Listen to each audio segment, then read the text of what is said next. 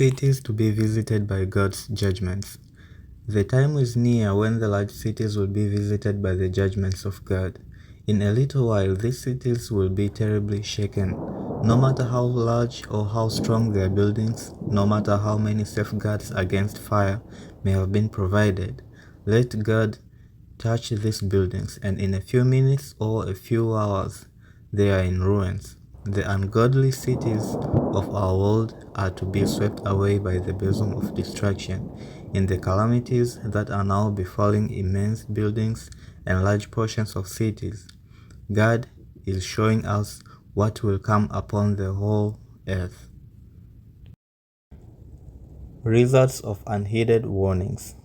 I am bidden to declare the message that cities full of transgression and sinful in the extreme will be destroyed by the earthquakes, by fire, by flood.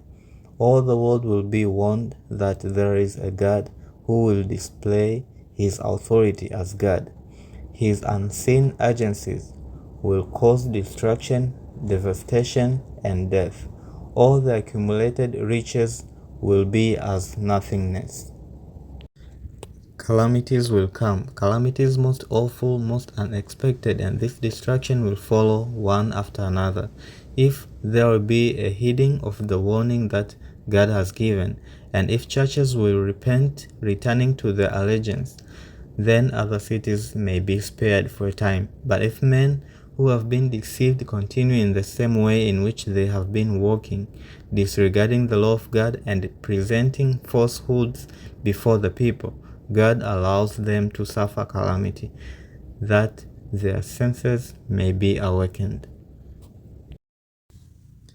The Lord will not suddenly cast off all transgressors, or destroy entire nations, but he will punish cities and places where men have given themselves up to the possession of satanic agencies. Strictly will the cities of the nations be dealt with, and yet they will not be visited in the extreme of God's indignation, because some souls will yet break away from the delusion of the enemy, and will repent and be converted, while the mass will be treasuring up wrath against the day of wrath. Imminence of God's judgment. There are reasons why we should not build in the cities. On these cities, God's judgments are soon to fall. The time is near when large cities will be swept away, and all should be warned of these coming judgments. A view of great destruction. Last Friday morning, just before I awoke, a very impressive scene was presented before me. I seemed to awake from sleep, but was not in my home. From the windows I could behold a terrible conflagration. Great balls of fire were falling upon houses, and from these balls fiery arrows were flying in every direction. It was impossible to check the fires that were kindled, and in many places were being destroyed. The terror of people was indescribable. God's efforts to arouse the people. While at Romarinda, California, April 16, 1906, there passed before me a most wonderful representation.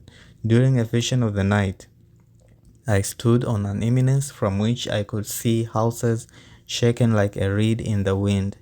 Buildings, great and small, were falling to the ground. Pleasure resorts, theaters, hotels, and the homes of the wealth were shaken and shattered.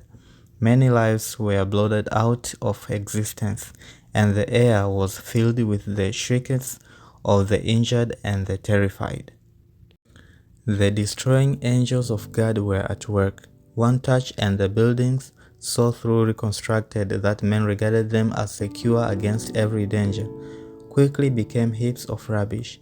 There was no assurance of safety in any place. I did not feel in any special peril, but the awfulness of the scenes that passed before me I cannot find words to describe. It seemed like the forbearance of God was exhausted, and that the judgment day had come. The angel that stood at my side then instructed me that but few have any conception of the wickedness existing in our world today, and especially the wickedness in the large cities. He declared that the Lord has appointed a time when he will visit transgressors in wrath for persistent disregard of his law. Terrible as was the representation that passed before me, that which impressed itself most vividly upon my mind was the instruction given in connection with it. The angel that stood by my side declared that God's supreme rulership and the sacredness of his law must be revealed to those who persistently refuse to render obedience to the King of Kings. Those who choose to remain disloyal must be visited in mercy with judgments, in order that, if possible, they may be aroused to a realization of the sinfulness of their cause. Peril to those who remain unnecessarily. In harmony with the light given me, I am urging people to come out from the great centers of population. Our cities are increasing in wickedness, and it is becoming more and more evident that those who remain in them unnecessarily do so at the peril of their soul's salvation.